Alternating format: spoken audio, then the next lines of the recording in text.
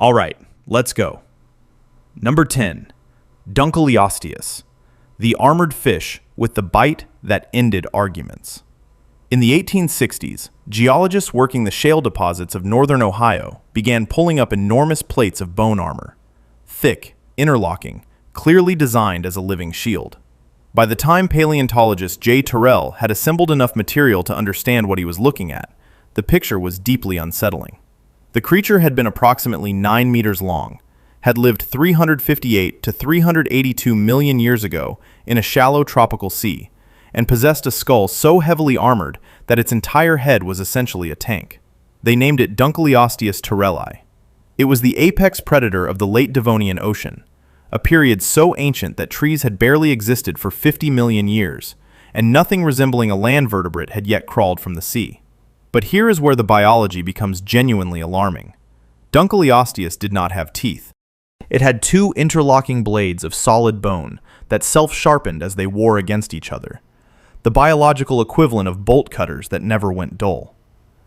Biomechanical analysis published in 2006 by Philip Anderson and Mark Westneat calculated a bite force of approximately 8,000 pounds per square inch. A great white shark produces roughly 4,000. A saltwater crocodile, the highest measured among living animals, produces approximately 3,700. Dunkleosteus could bite harder than anything alive today, by a margin of roughly 2 to 1. Its skull plates are in the Cleveland Museum of Natural History. In the annals of jaw mechanics, nothing since has matched what evolution built and then unmade in the Devonian. Number 9. Smilodon, the surgical predator with 7-inch fangs.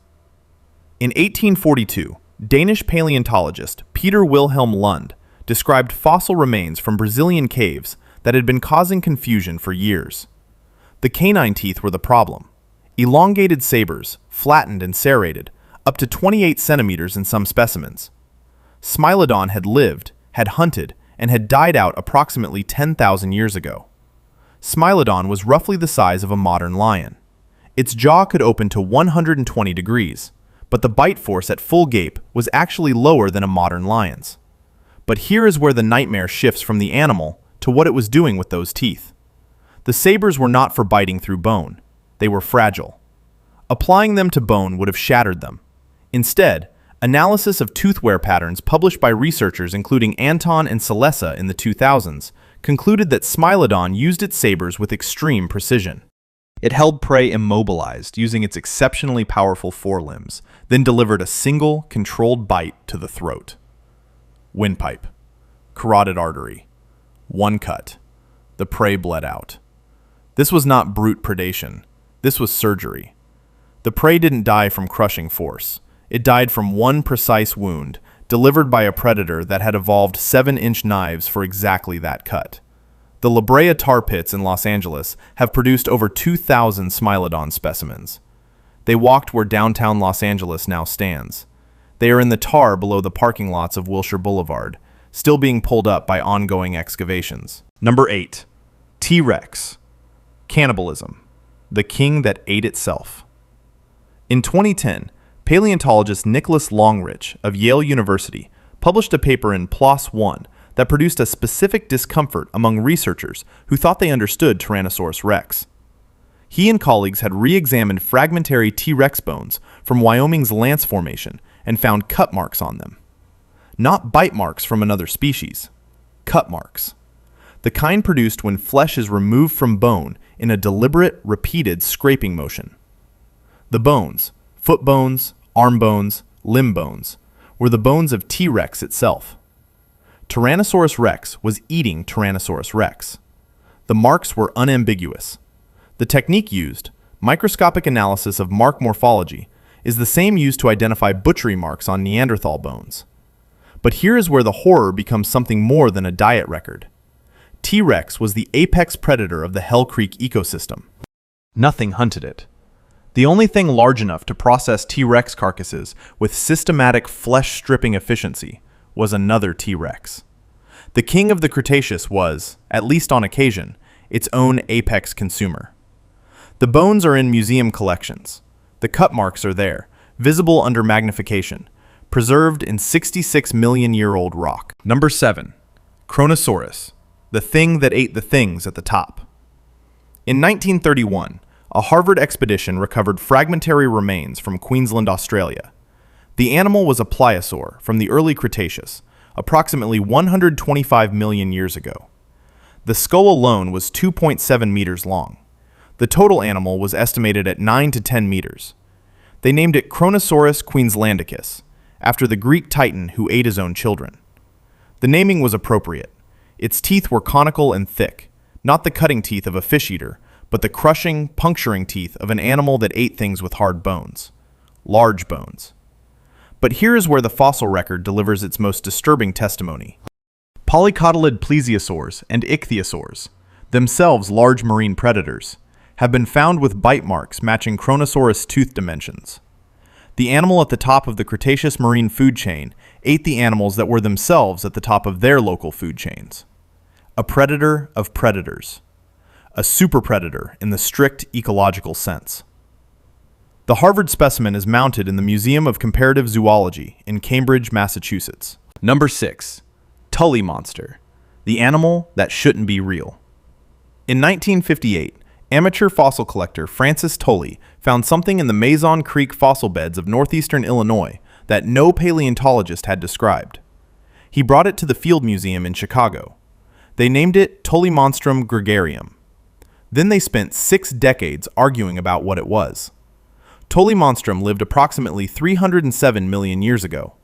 It had a torpedo-shaped body, a rigid proboscis tipped with a toothed jaw, a fan-shaped tail fin, and running across its body was a transverse bar supporting 2 eyes on stalks, positioned like a hammerhead shark's, but on a bar that stuck straight out from the body.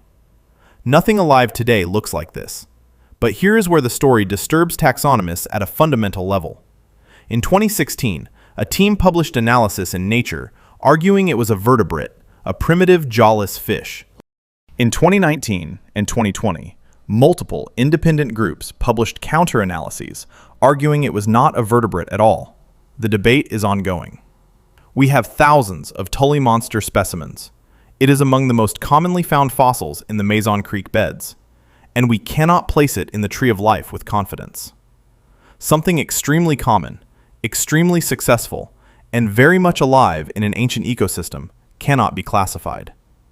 Thousands of specimens, decades of analysis.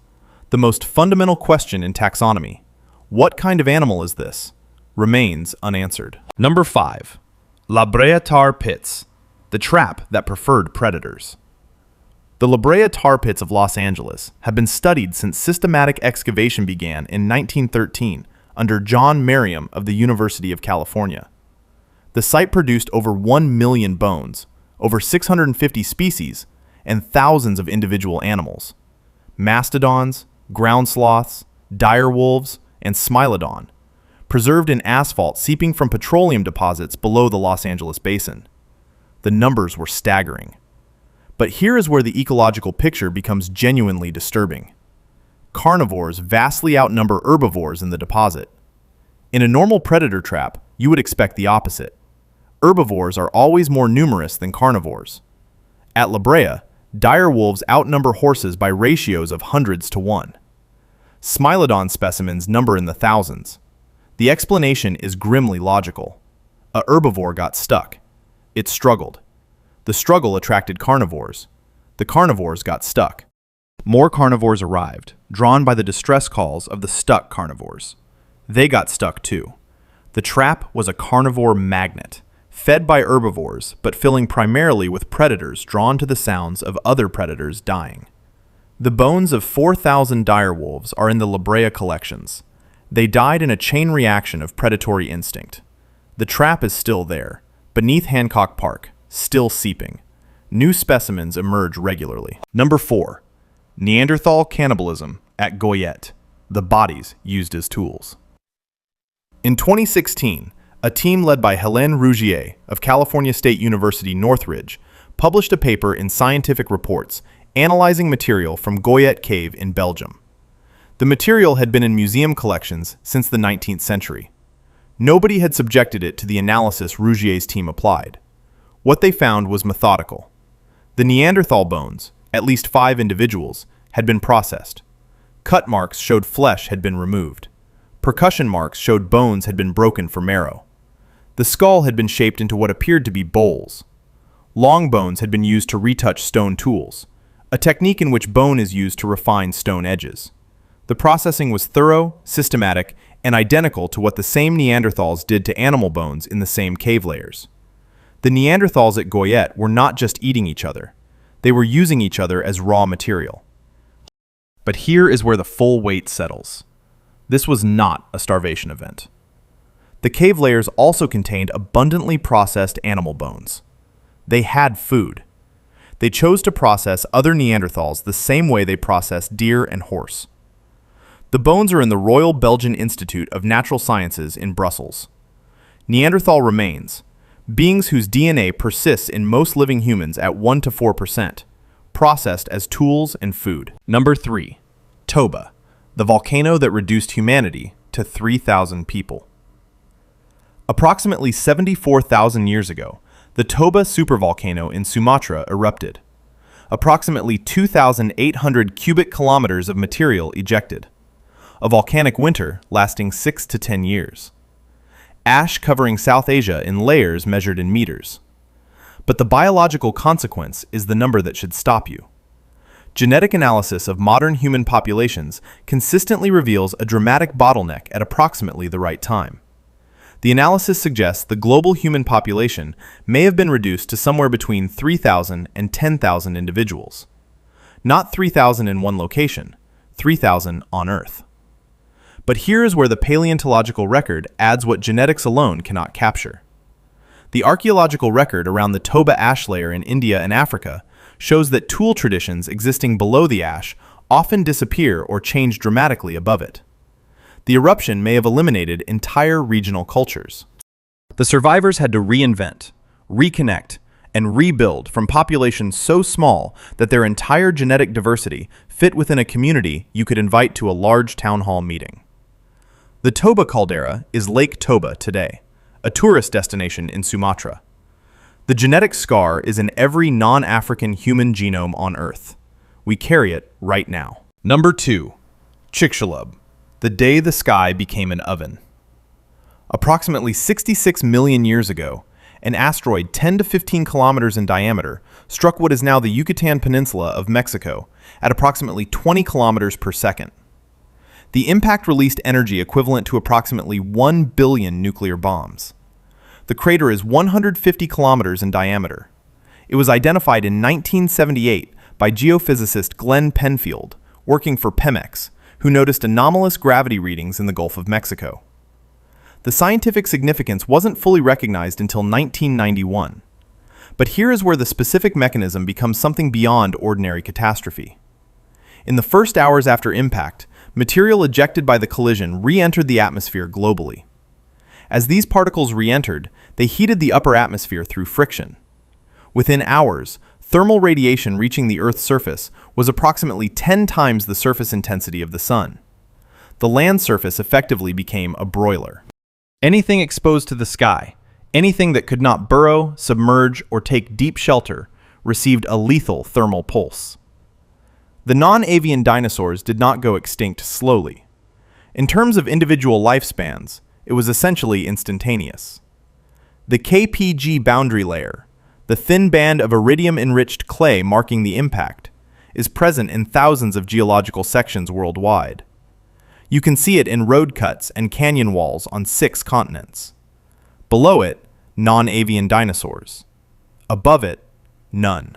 Number 1. The Great Dying. When 96% of species ceased to exist. The Permian-Triassic extinction event, the Great Dying, 252 million years ago. The largest mass extinction in the history of complex animal life.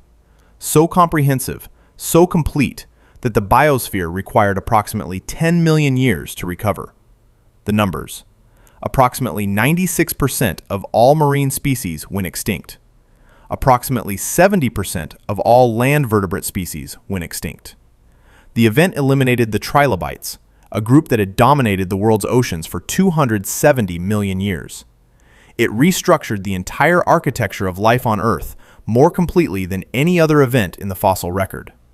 The primary driver was the Siberian Traps, a volcanic province in central Russia that erupted continuously for approximately 1 million years, releasing an estimated 3 million cubic kilometers of lava. The result? Global warming of 8 to 10 degrees Celsius, ocean acidification severe enough to dissolve calcium carbonate shells throughout the marine food chain, and ocean anoxia that turned the seas into a stratified, largely lifeless, chemical environment.